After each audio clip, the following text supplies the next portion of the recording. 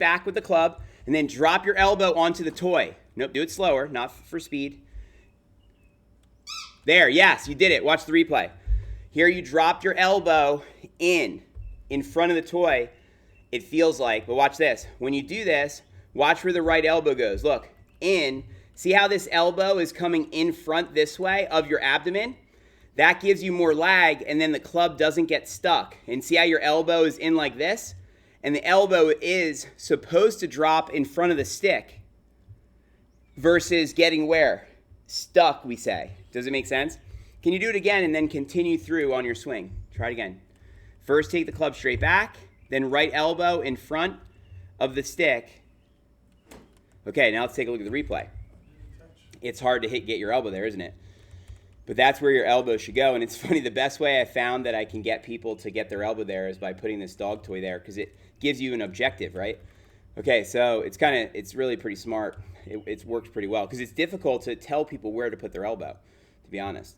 It's hard to get people to do it. So first of all, you go straight back this way. Okay, now let's see what happens. Coming down. The right elbow comes in. Yeah, so now look. The elbow's coming in front of the stick, excuse me, right? Versus it being trapped behind, and then right here. Oh, hey, thanks, appreciate it. Thank you so much. So the left hand here, Graham, you didn't do the hand. So remember, it's right elbow, and then it's what? That's right. Look at Finau. Watch him. You can see it. It's elbow, and then it's hand. Watch his right elbow. Right elbow, see it? And then watch his left hand. Watch this. Look, what does he do? You see it? Does that? Yes, that's correct. So in the downswing, you want to drop your elbow and then supinate. Right? Try to hit the toy again with your elbow. Try and put your elbow on that toy. Take your time. Straight back first. Then make it squeak. Let me see if it's in the right spot. Hang on. Stay there. Here, hit your elbow right now. Will it squeak? It's too, okay, it needs to be over more. I see. On this side more. Try it again. There it is. Okay, now try it. Let's try it. I had it in the wrong spot. Okay, straight back. Then get the elbow to squeak on the toy. Okay. Hard, right? The reason that's tough is because your arm usually is back here, not in front. I've been throwing the golf clubs casting ever since I played golf.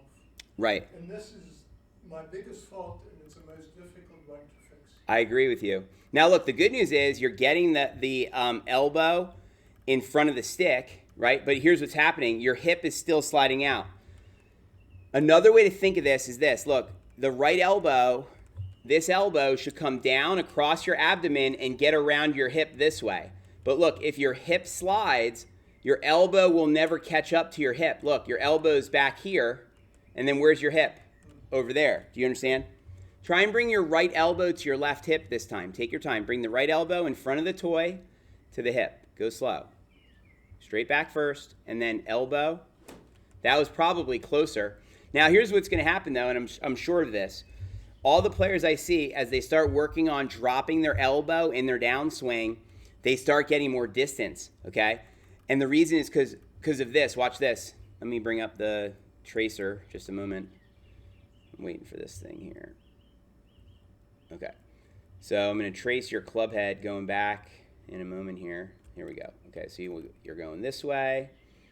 All right. Now watch. By thinking about dropping your elbow, the club head is going to come in narrower naturally, right? And so watch this. When the right elbow comes in, what happens to the club head? Goes to the inside. Right? Okay?